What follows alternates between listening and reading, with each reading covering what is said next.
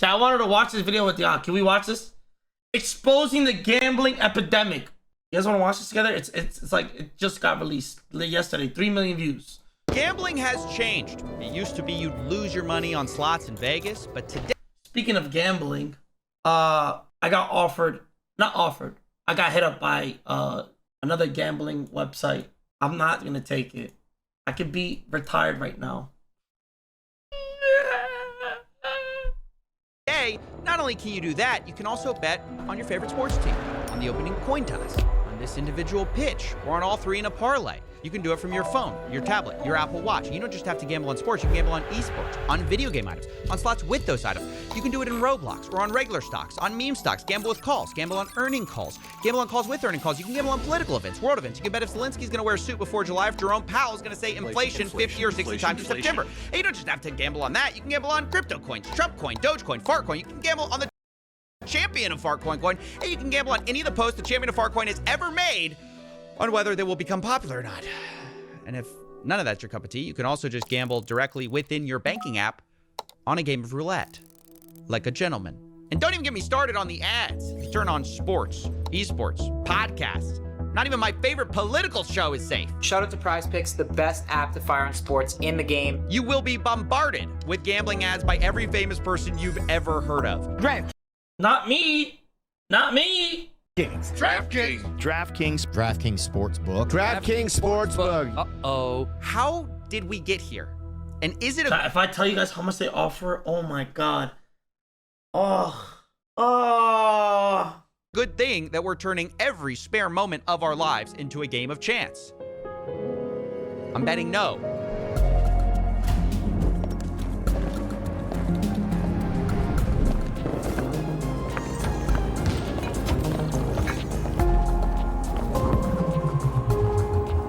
What up, Adam?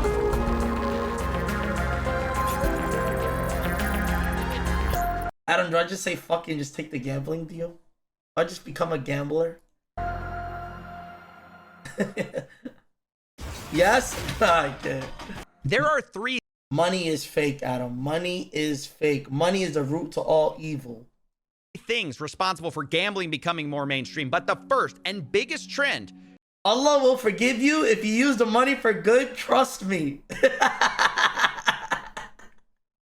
is simply the mainstream becoming more like gambling. See, Silicon Valley learned a decade ago that gambling mechanics are incredibly good. Adam is Dajjal right now. He's the Dajjal. He's like Dajjal. Good for user retention, so they put them everywhere.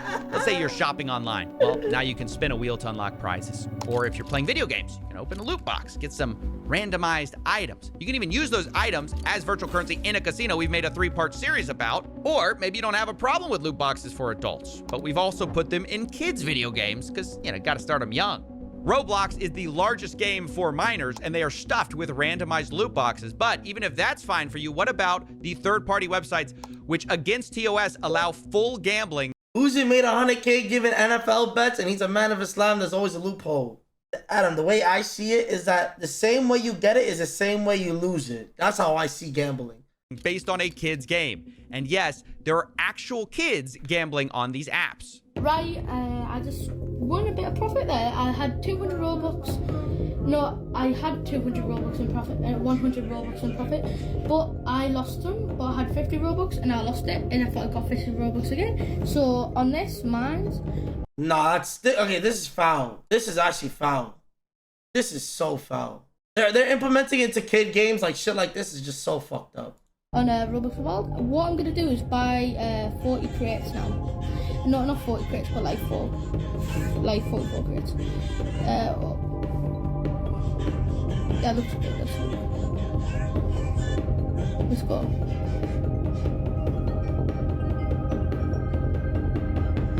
Let's go. We're in profit. Let's go. It is absolutely disgusting to see that. And look, I spoke to an insider who worked on this website, Roblox Wild, before it got shut down. He shared data which claimed they made $5,000 a day, or roughly $2 million a year. Thankfully, this website got shut down, but third-party gambling sites still persist because copying casinos makes a ton of money. And that's why we've been putting it into everything, including our politics. Prediction markets are the answer to the question of what if we could YOLO on election results and world events. The biggest websites are Polymarket and Kalshi, which have exploded in popularity during the American election cycle. But it isn't just major events that attract bettors. I was recently asked to investigate whether this was a suit that Zelensky was wearing. Why? Well, the prediction market had bet $200 million in betting volume on this bet. And some of them were really mad that they decided, no, this is not a suit, I guess. Whether you think it is or not, the volume of betting here is insane. And one reason for that is because these companies are exploiting loopholes that allow betting even in states where normal gambling is illegal. Because these companies say they're not a casino, so they don't fall under the same rules, which is why instead of having to be 21, you can now gamble at 18 on prediction markets. And while there have been legal challenges to this, both of the major companies, Kalshi and Polymarket, have recently brought on the president's son as an advisor, making it hard to see how they're gonna be meaningfully regulated. Meanwhile, all the major betting apps are busy launching their own prediction market copycats to get around the same weak rules that we still have regarding betting. And don't even get me started on the other loopholes that are out there. Have you ever heard of the TikTok of sports wagering? This is Cheddar. We're building the TikTok of sports wagering. Legal in 20 more states than DraftKings. Accessible for 18 to 21-year-olds. Live, in-game, micro betting. Swipe to predict every moment of every play. I'm going to stop you right there. If you missed it, Cheddar is a new startup trying to combine DraftKings, TikTok, and Tinder features into one app. And one of the things they brag about is they're allowing 18 to 20. That's actually just completely brain rot. What the fuck? What the fuck? So you can just bet just like doom scrolling. 1-year-olds as a competitive edge. Guys, can you believe the untapped market of teenagers for gambling? Now, to be fair, Cheddar has not launched yet, but this is obviously the future we're heading towards, turning everything into a maximally addictive gambling product.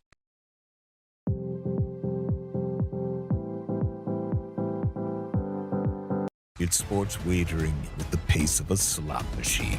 Yeah. Isn't that the most dystopian thing you've ever heard? We're trying to turn sports betting into slot machines. I mean, the funny thing is this whole product is built around yet another loophole called a sweepstakes casino, and that's how they get around the 21-year-old age requirement. Here's how it basically works. Sweepstakes casinos claim that you don't actually need to purchase anything to play, so it's kind of not gambling. In fact, you can get free coins to access their games, but they also have a second currency which you can buy. Well, not buy. You get it for free when you buy the worthless coins. For example, I swear this the laws are so fucking bad. Laws are so bad. Like, how can companies just make so many loopholes to this? Like, the moment people can find out loopholes to it, they should just shut it down instantly. their website says if you buy 100 cheddar coins, you get 5 bonus cheddar cash. And that's usually what you can gamble with and redeem for real money. This is actually how Stake US works. If you didn't know, Stake International is one of the world's largest casinos, but they aren't allowed here in the United States. So they have an American arm, which is a sweepstakes casino, which has gold coins and stake cash. One Redditor explains how the loophole really works. Quote, 1 stake cash is 1 USD. They only use gold coins because they need to say that you aren't gambling with real money to stay open in the US. Except, of course, you are actually gambling with real money. They just have a virtual currency workaround, which basically everyone has figured out. Some casinos are just kind of more honest about it than others. Cheddar's basically saying the quiet part out loud. They're going after 18 to 21-year-olds with TikTok, Tinder, sports betting at the pace of slots. And by the way, people are betting on their success. They're actually in a cohort of startups invested in by a Silicon Valley investment firm called A16Z. But if you think that's a bad idea, now let's talk about banks and gambling. I recently made a video on Yada, which was a fintech, which is a complicated story. We've done a ton of work on here and here.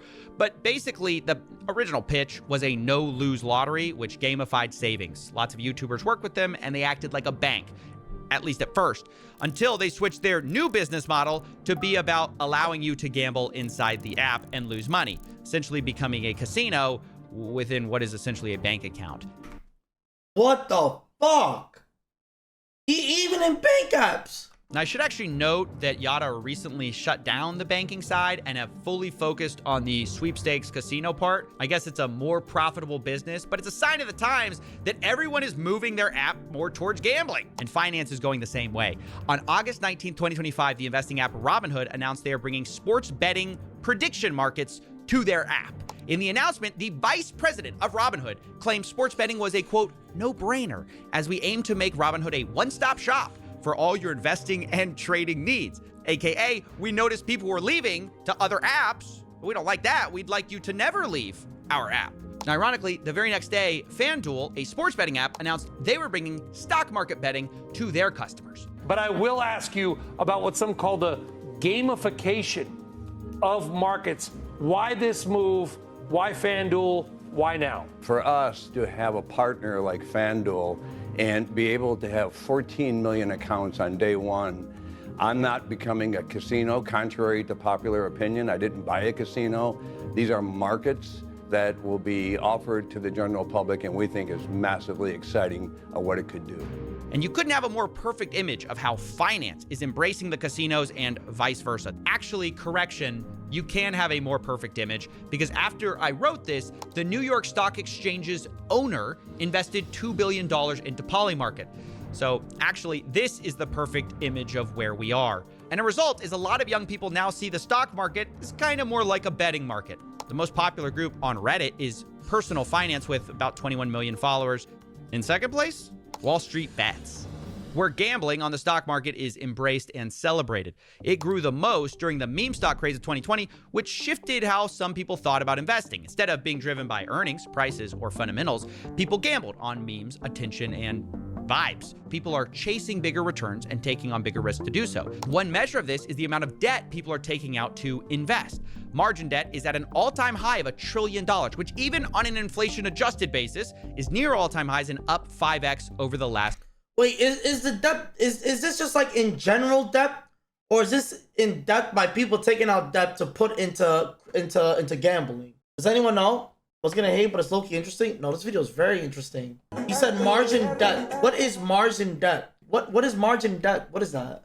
Few decades. Not only that, Borrowing money to invest. the rapid growth of zero-day options by retail traders is also a telltale sign. It's grown 5x in volume over 5 years, showing that people are trying to gamble more. Zero-day options are the stock trader equivalent of red or black at the casino. Fast action, massive wins or losses on a single day. But if the stock market is America's casino, then meme coins are basically the back alley bookie who will break your legs. Bigger price swings, faster action. Meme coins are even more degenerate than meme stocks and pump and dump usually within a single day. Among the people who trade these, Pump.fun is the leading destination as the one-click launchpad. Anyone can No way, they just talked about Pump.fun. Wait, what did they talk about? The league people who did it. Who's the league? Yamato. No, wait. make a meme coin in seconds, and there is no value in it other than the expectation that someone might be more foolish than you and buy at a higher price than you did. And of course, Pump.fun is happy to take a cut and make most of the money. Most traders will lose, but now you can also get a cut if you're a content creator who pushes one of these coins. We've seen the same thing from launchpads like Meteora. They allow creators to have a split of some of the trading fees, and it kind of democratizes the grift. Now, anyone can farm their followers and fans for money. You don't have to be particularly sophisticated, and that's actually how Trump made millions of dollars in fees with Trump meme coin without ever selling. He just farmed the fees. And to be clear, this money doesn't magically appear. It's being siphoned away from regular people who mostly lose. It creates a sad ecosystem where most creators are racing to the bottom for attention to get their audiences to pump their worthless coins. Wait, is it not like also good for the economy because people are spending their money? So by the people spending their money, then it's like being used. That's a good thing, no? Because people are spending. Someone is just taking their money, but the money's being spent rather than being held. So it's just gonna keep going in circles, leading to a predictable spiral where most are scamming, rage baiting, or otherwise trying to shock each other into becoming the biggest grift of the day. The money's going to another person because most winners are just rich like me, where we buy small percent of everything.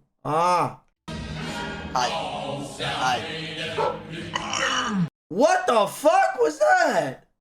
Yep, she got drained. 101-year-old Pump Fun live streamer They're using a grandma for this. This is foul. And then they had just a Nazi on this shit? What? Thanks for the 20 bandos. It's ripping. A little ass kid. What? What? If you've ever heard of a zero-sum game where someone has to win for the other one to lose, meme coins are negative sum. Because of all the trading fees. Yo. Most people, by definition, will lose. The real winner, of course, is Pump.Fun and people pushing it. According to one analysis, they've generated revenues of over $800 million for themselves, while almost none of the traders have made significant profits. According to one analysis, 0.4% of all traders will ever make over $10,000. So almost no one. And look, the reason we're going through all of this is to explain the many ways that gambling is no longer just about slots, cards, brick and mortar casinos. We've injected it into every conceivable aspect of our lives. And that has two effects. One, it's inescapable. You cannot avoid gambling by avoiding Vegas anymore. It's literally everywhere. And then two, it's... I don't know. I feel like gambling just so... Never mind. I can see why it's addicting. I feel like it's addicting when you do it with your friends, yeah? Because like they're doing it and then you're doing it. You know what I mean? Damn, that's crazy though. It's also harder to understand and study because most researchers are studying like casinos, sports betting, but so much of gambling is not that anymore. So as we get to the numbers of this stuff, remember, everything's going to be an undercount. But it is still important to talk about those casinos, and that's where we're going to shift now. Starting with the biggest trend that has happened for these casinos, and number 2 on our reason, which is sports gambling becoming legalized. Rewind the clocks for a second back to 2018 when the Supreme Court overturned a federal ban. At the time, basically, you could only sports bet in Nevada. But after this, you can see in a few years, we've completely flipped on the issue. Most states now allow sports betting.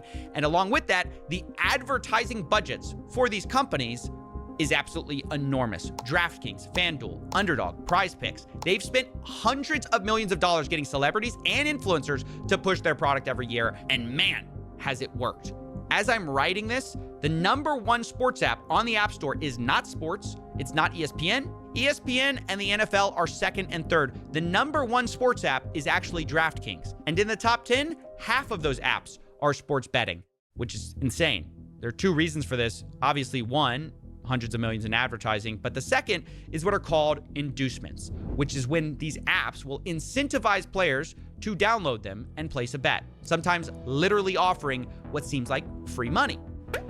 It's got an NFL offer. Don't play with me. Just turned $5 into $150 in bonus bets. New customers bet $5, get $300 in bonus bets if you win. New customers get risk-free bets up to $2,000. Now look, the reason casinos do this is kind of obvious. If they can make you place one bet, they're more likely to place the second, third, and 100th.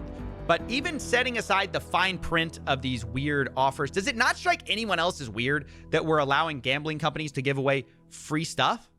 Imagine the cigarette industry told you, buy your first pack, get 50 free packs free to get you started. Imagine Budweiser said, shotgun one, they'll send you a case for fun. It's insane. And yet, that's exactly what these sports betting apps are doing. It's the lifeblood of how they get new players. And once you're in, these apps will also cater to their biggest players, biggest losers, called VIPs. They will send them gifts as they spend their life savings. And there have been multiple lawsuits actually about this. And to make it worse, if you do the opposite and you actually win too much on these apps, they will try to limit your betting, as one investigation found. If you show any real ability to effectively handicap a game and beat the sportsbook, they will limit your bets and essentially kick you out of the sportsbook. They will not let you win. Can you talk to me a little bit about how sportsbooks treat you once you start winning? They don't want to accept your bets. Yeah, it turns out the casinos actually hate the exact player that's featured in all of their advertisements, the guy who actually wins too much money, which is actually so crooked when you think about it. But if you're one of the few people who achieves what they're promoting, they actually don't want you. Now, as I was writing this story, another massive scandal actually broke in the sports betting world. They limited me in less than a year, so I bet on crypto sites or Vegas.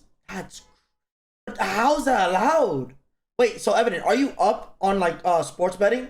Which is even more corrupt than not allowing winners. Imagine bringing your side project How to many life. ads? But I swear he runs more ads than me. I swear he does. He runs way more ads than I do. Holy shit. No, individual betting world, which is even more corrupt than not allowing winners. But as you now know, individuals such as Chauncey Billups, Damon Jones, and Terry Rozier were taken into custody today. Former, current NBA players and coaches. What you don't know is that... Fuck this guy. This crooked piece of shit. Fuck this guy.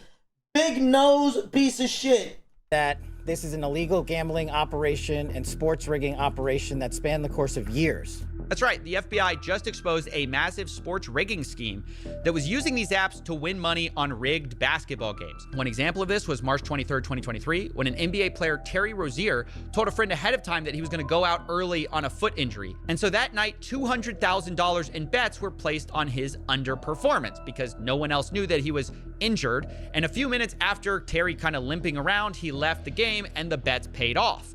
A few days later, Terry Rozier and his friend allegedly counted the money at his house from the fraudulent wagering scheme. And this was one of several rigged games the FBI alleged, but the media was quick to point out this isn't... Did he not get locked up for this? He got locked up or no? Isn't even the first time someone was caught doing something like this. Jonte Porter, who played for the Toronto Raptors, has already pled guilty. He's already pled guilty. He's awaiting sentencing for doing just what Rozier and Jones are accused of. So this train has already left the station, Laura. And I have to tell you, when Jeff Teague, an NBA player, says, oh, there's betting everywhere, it is everywhere. I've done ads for DraftKings. LeBron James has done ads for DraftKings. In fact, ESPN, when they were reporting this story this morning, they're having programming, people talking just like you and me, talking about this scandal on the press conference the FBI was giving. And underneath them on the ticker was an ad for ESPN Bet, which is ESPN's own sportsbook. Yeah, the irony of all of this is that the same people who condemn illegal betting going on are simultaneously pushing the sports books, which create the opportunity. And at some point, the producers on ESPN actually noticed it. And see if you can spot the moment they try to fix the sportsbook ad in the corner. You hear a lot about legal sports gambling on this show. The Bussin' Boys, obviously sports gambling is a huge part of what you do, so we put those all out there as a preamble because it might be in the back of people's minds, and we acknowledge that this is a different time and place. However, there is a fine line, not so fine, there is a bold line that obviously has to be drawn. Well, that's a little awkward. You're actually supposed to remove the ad for sports betting before talking about sports rigging. And honestly, we've only hit the tip of the iceberg here because we've since learned these professional leagues are useless at catching this stuff. Turns out the NBA already investigated Terry Rozier before the FBI indictment for that exact game, and they cleared him because the NBA commissioner said there was insufficient evidence. Ultimately concluded that there was insufficient evidence despite that aberrational behavior to move forward. Right. So even with aberrational activity, they had the right game, the right guy, and the NBA couldn't find enough evidence. I mean, the more money that goes into sports betting, the more this will be a problem, and the leagues are clearly not equipped to handle it. But people just look the other way because the money's too good. And I want to now address the size of these betting markets because they're absolutely enormous in ways most people don't understand. And to get our heads around it, we're going to look at some survey numbers. One study estimates that 22% of all Americans and almost half of men my age have an online sports betting account. Another estimates that 1 in 4 people have placed a bet on sports and 1 in 5 have placed a bet in the last year. Like with all surveys, there's margins of error here, but the data mostly agrees. Sports betting is very widespread and extremely popular among young men. And for the ones who get addicted, it's financially devastating. One recent study looked at Americans' finances before and after sports betting was legalized by their state. They found that bankruptcy rates rise approximately 10% after legalization. Another paper looked at financial stability, noting that for households that do bet, they spend on average about $720 a year sports betting. And the study found that for every dollar someone deposits for betting, there's a reduction in net investments of just under $1. As people gamble more, they invest less, which means their financial future is worse. Makes sense. But this is especially true of problem gamblers or gambling addicts. To be clear, this is not something that affects all gamblers. Roughly 1% of the world population suffers from this. It's more common among people who bet regularly and bet online, two of the things that sports gambling encourages. Problem gambling completely obliterates people's finances and affects more than just the gambler because as they beg, borrow, or steal to continue their addiction, they affect everyone around them. And I do mean steal. Roughly half of gambling addicts will commit a crime, and most of those crimes are to continue gambling, often leading to a spiral where the addict doesn't see a way out, which is why problem gambling has one of the highest suicide rates of any substance addictions. Full stop. That's crazy. I don't get it. You know. That's insane. The highest thing that makes people like kill themselves is just gambling. None of this matters, right? Yeah. You've tried this before with Roobet, CS2, and it did nothing. Yep. No, literally, I mean nothing. Low-key. Absolute silence. The anti-gambling, you're wasting your time. Ta-da. Yeah.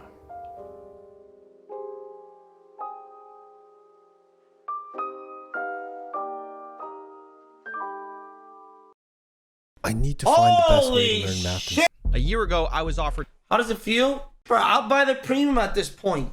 Just like I buy the premium, you guys should sub up. $20,000 to do a video by casino. Now, I said no and made a whole series. I just ran a 3-minute ad for everyone complaining. Yeah!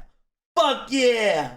About it, but what I didn't tell you is that later I was offered $1 million to cover my legal fees in an ongoing case. Now, this was offered by a person who said they wanted to remain anonymous, no strings attached, very nice person. They said they wanted to just help out. Sounds great. But then I found out the money was coming from a sports betting company. They were one of the top people, and that's obviously a dilemma for me. I am publicly against gambling, and here this person's kind of privately telling me, well, gambling can pretty much solve all my problems. Pay my legal fees, they're telling me, oh, their company's regulated, it's fine, it's above board. Ultimately, I had to say no. Thank you for the offer, but, in my head, there's no such thing as $1 million, no strings attached. And, obviously, I also can't take $1 million from a sports betting company and then go make a video criticizing sports betting. But it gave me pause and kind of gave me an aha moment that I was missing before, where I started to understand exactly how screwed we are. And this goes into our third reason gambling is winning. The casual way these casinos can throw around life-changing money for... Train claims he made $360 million from gambling streams. He said that? Train is the richest streamer in the world. He's the richest streamer in the world. 100%. Out of any streamer, he's the richest. Any normal person. What about Drake? How much is Drake net worth? Train has more money. Train is richer than Drake. Yeah, Train is definitely richer than Drake. You're rage baiting Shirley? Wallah, I'm not. If he's 400 million, then he's definitely not richer than. Bro, Train is he's huge, Ty. He's huge. Is why the data will never fix this. It's why having enough sad facts about addicts or interviewing people whose lives were ruined will not change things. Believe me, I've done it, and it's never moved the needle. To be honest, it's not even debatable that gambling is kind of bad for most people and life-destroying for a few. Even the industry kind of admits that. But the reason gambling is everywhere in spite of that is there is too much money in the game benefiting the people that make the final decisions, right? Think about the states with tax revenue, the casino profits, the influencer payouts. There's a small group that gambling is incredible for. So incredible, it basically defies logic. I'm talking billions of dollars in profits. And if you want to understand why gambling is everywhere, you can't just look at the statistics. You have to look at the money. And I want to show you exactly how this works with an example.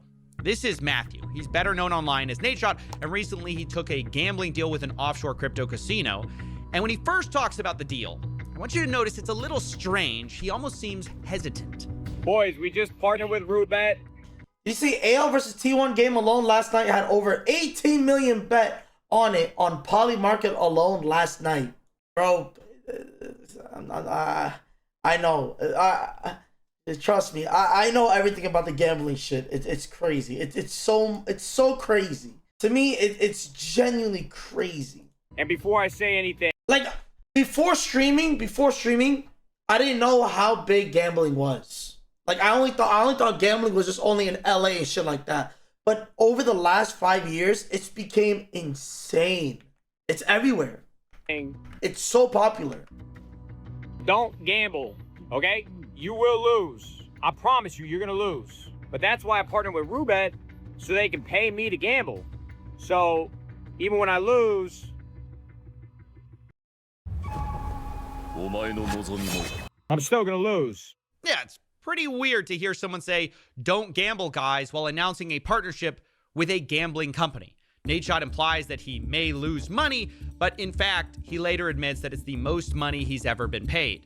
This is the biggest partnership that I've had in my entire career. No, instead, I think the hesitancy, the weirdness of this video is because Nadeshot knows pushing gambling is kind of bad for people. He said so in a podcast a couple. It's ridiculous money. It's insane amount of money. Take the deal. I can't. I want to, but I can't. I know I can't. I could retire. I could just legit stop playing League right now. I could legit just retire and not play League ever in my life. I hear voices in my head. They talk to me. Understand? They talk to me. You also get a free ticket to Jahannam. Yeah. Just know, chat. You can never call me money hungry. You can never call me money hungry. Ever. Don't you dare ever say some shit like that again. Fucking idiot. Cause I guarantee you 99.99999% of you motherfuckers would take the deal. 100%. Duh, you're stupid if you don't. It's not even about stupidity. It's a moral thing for me. I don't care if people gamble. I don't care if people take it or not. For me in itself, I can't do it. How much is a deal? M's. My brother, you become a streamer, and if you become a streamer, even a small streamer can make M's. A small streamer, you can make M's. Selling your soul, ending your career for a gamba deal? I don't know. Wait, I'm gonna end my career after making $500 million for gambling? Oh no! Bro, when people make fun of like streamers because they fell off because they did a gambling stream or did anything gambling related, like, you are the retard. You're trying to, like, you think that they didn't get so much out of that. The amount of comments I hear about Mo fell off after League. Mo fell off after League. Yeah, bro, he fell off of a fucking yacht that he owns. He can buy a crib, buy a family. Yeah, bro, he fell off. Money isn't everything. Yes, I get that. But when people say fall off, it's just stupid to say. I think that people streaming on Twitch, all the crypto betting, certainly incentivizes younger kids to be more interested in crypto gambling. Like, I know personally people that should not have been gambling online, but because it's so easy to gamble with crypto, they did it when they could not afford to do it, and it has not worked out well for them. Right. Nadeshot knows personally it's bad. But for the reason why he's doing it anyways, just fast forward 2 minutes in the podcast and we find out the host asks, a hypothetical. What if someone offered Nadeshot $100 million to promote gambling? And well, let's just say his tone changed. I ain't turning down $100 million, bro. You got me fucked up, brother. I'll go on there and I will crypto gamble 24/7, dude. At that point, man, it's the parents' fault. Hey, I'm just working over here. You're gonna pay me more than LeBron? Brother, I would be lighting up, cash on fire, gambling crypto. I would sell my soul for 100 M's. Are you fucking kidding me, dude? We should clip this. We should send this over to Kick. I won't sleep. I will be your workhorse. You want me to pump blue chews and crypto gambling? I will do it all. You got me fucked up.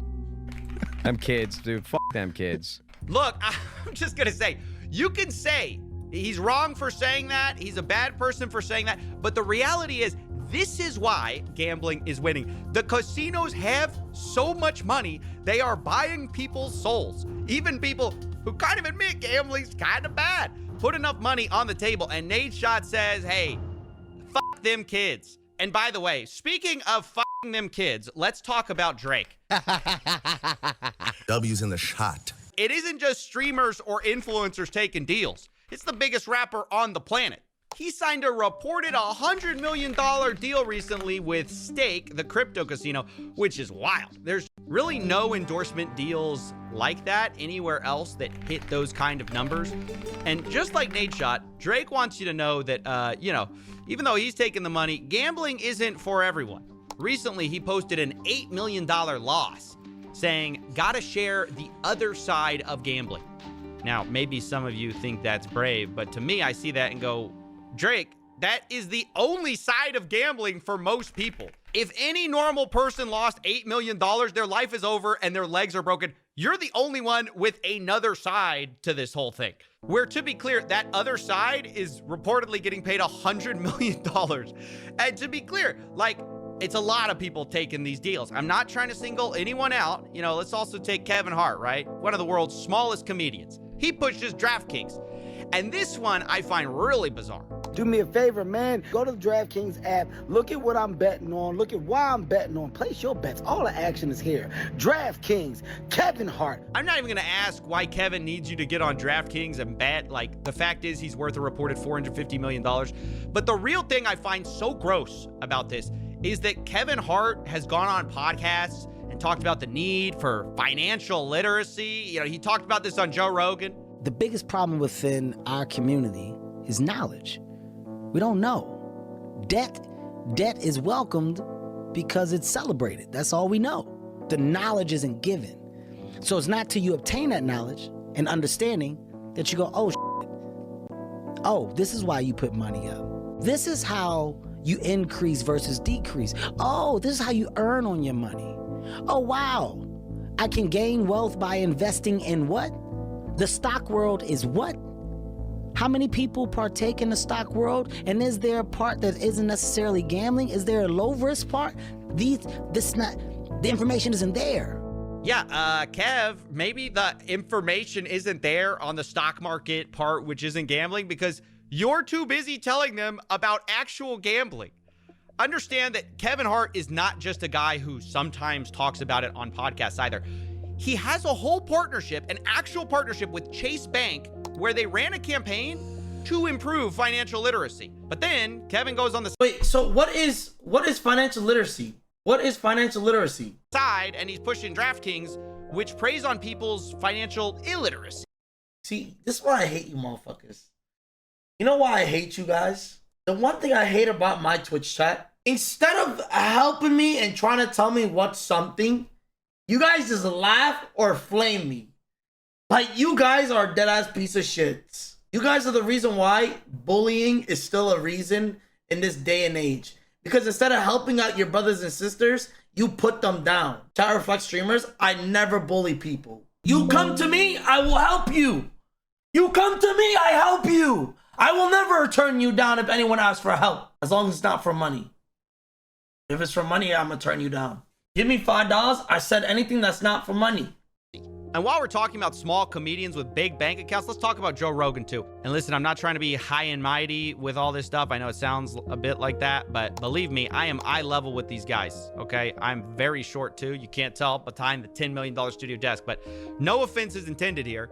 We got to discuss, though, how the biggest comedians in the world, biggest, smallest comedians, are pushing DraftKings. Didn't Joe get a $250 million deal from Spotify? I didn't realize before this video, like, how many gambling ads he has been running recently.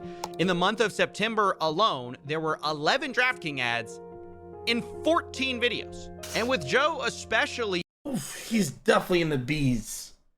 He's definitely in the B's. Oh, ooh, that is big B's.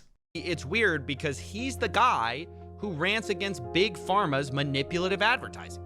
If you can advertise, you can manipulate people and change their opinion based on theatrics. So many. Everyone gets a free bet. We all want to win. Hey, let's win together. You know what to do. You have music and people dancing and holding hands and spinning around in a wheat field. Like, that is so manipulative. And we are subject to manipulation. And when it's something that is so important, like making critical health decisions, there's so many of these commercials. Like, so many times I'm watching television, I'm like, how many goddamn drug commercials are there? By the way, I agree with him. We are being manipulated. But change a few words from that rant, and you could say the exact same thing about how gambling is pushed. Casinos are also manipulative. They don't advertise the actual reality where people lose. Instead, they say things like winning, cashing in, opportunity. And Joe Rogan's a part of that. Every game is another chance to cash in. Don't just watch the action, Win with it. Every snap is loaded with opportunity. That is just as manipulative as pharma ads pushing pills that may end up addicting you. In both cases, the collateral damage are the addicts we created along the way. And I guess I have to ask, maybe people think, oh, one's worse than the other. Is there that much of a difference between a drug addict and a gambling addict? No, really, I'm asking. It's like if you see the drug addict, you see him, he's shooting up or whatever it is, and you see him fainting, you go, oh, that poor bastard. But when you see a guy who's fully in the grips of gambling, trying to figure out how to get his money back, and he's all jazzed up with adrenaline, he doesn't understand why. It's just like cocaine, it's just like drug abuse, it's just like the opiate problem, it's just like anything else. It could you and I both know people who have lost their lives gambling, okay? You've seen people in pool halls. You see how they get, Joe Rogan. Man. There's no difference in the drug addict and the gambling addict. Not at all. No difference. So there is no difference. Then why do we shake our head at the Sackler family and pharmaceutical execs who push pills that ruin people's lives, but somehow nobody cares we're doing a very similar thing with gambling? At every level of society, we are shoving this down people's throats. And it's not that I mind if people gamble individually, but we are pushing it on people who otherwise would not have done it, because everything is gambling now, from sports to entertainment to investing. It is totally inescapable, and we're moving the casino from Vegas directly into people's pockets, connecting to their bank accounts. I don't know exactly how this is gonna end, but it doesn't take a genius to see where it's gonna lead. Gambling is gonna be a much larger problem for people, and especially young men. And the saddest part is, there's no amount of data or facts that Type 1 if you've gambled at least once in your life. Type 2 if you've never. That's a lot of ones. Damn, bro. Have you? I had my fair shares, yeah. But not as much as you guys may think it is. Not as much. Like, just with your boys. Like, I did it for fun. Literally just for fun. I didn't do it because it was like, I wanted to make money. You know? I can give you that's gonna stop that. There's just too much money at stake. I reached out to Joe Rogan, Theo Vaughn, and Bad Friends, Nelk, Kevin Hart, Drake, and Nate Shot for a comment. Theo Vaughn and Nelk responded for comment. Theo Vaughn is the GOAT. I love Theo Vaughn. Regarding online sportsbook or winning cash on sports, we currently work with Prize Picks. Between us, I enjoy betting very mightily on sports. It makes the game more fun, but I'm also aware of the risks it can pose, though probably not very knowledgeable because I have had those same exact issues. We make sure to follow guidelines from our sponsors, though it's worth being more intentional about emphasizing those risks to listeners. I feel like in the podcasting space, there is a decent amount of regulation in our ad reads, and I try to remember to advise our listeners that gambling may not be right for them, but I do often forget to do that, to be honest. Why did he lay out the words like this? I swear it's so much harder to read. Nelk said, only affiliate themselves with legal platforms like Prize Picks and play by the rules. Bro, I'm actually addicted to gambling. Okay, who here lost over 10K on gambling? Like, you're officially down 10K on gambling. I earn around 8 to 12K per month on sales, and I gamble around 4K of it. What the? You gamble 4K, but you earn 8 to 12K. How do you live at that point? I mean, you can still live, but like, I'm down like 200K. And how much money do you make, Capital? You make 250K a year, and you're down 200K. At least you make 250K a year. That's a lot of fucking money. You know what I mean? I'm down 20K at least, and I make 45K a year. See, at that point, you might be retarded, because you make 45K a year, and you.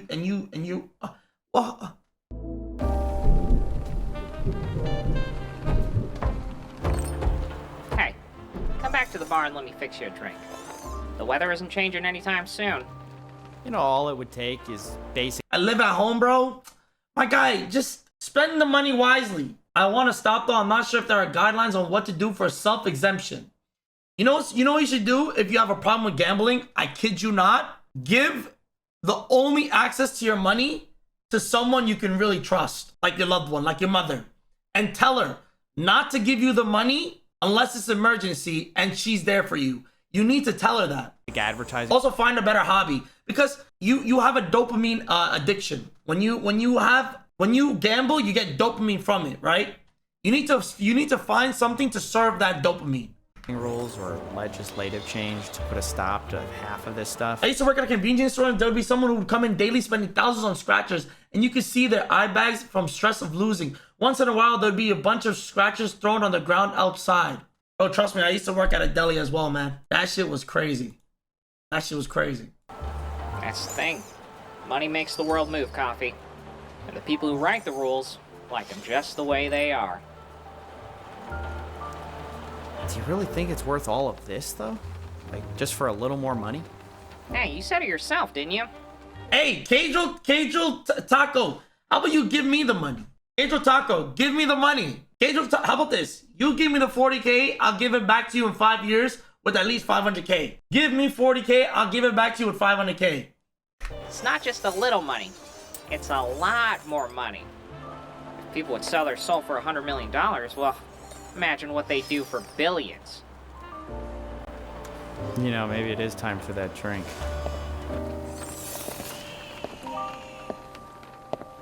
You're gonna tip this time, right?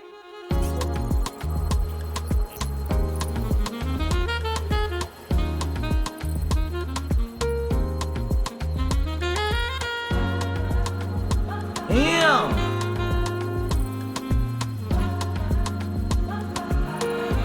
Bro, this guy makes the best videos. I swear, he makes such good videos. He generally makes really good videos. I fuck with it.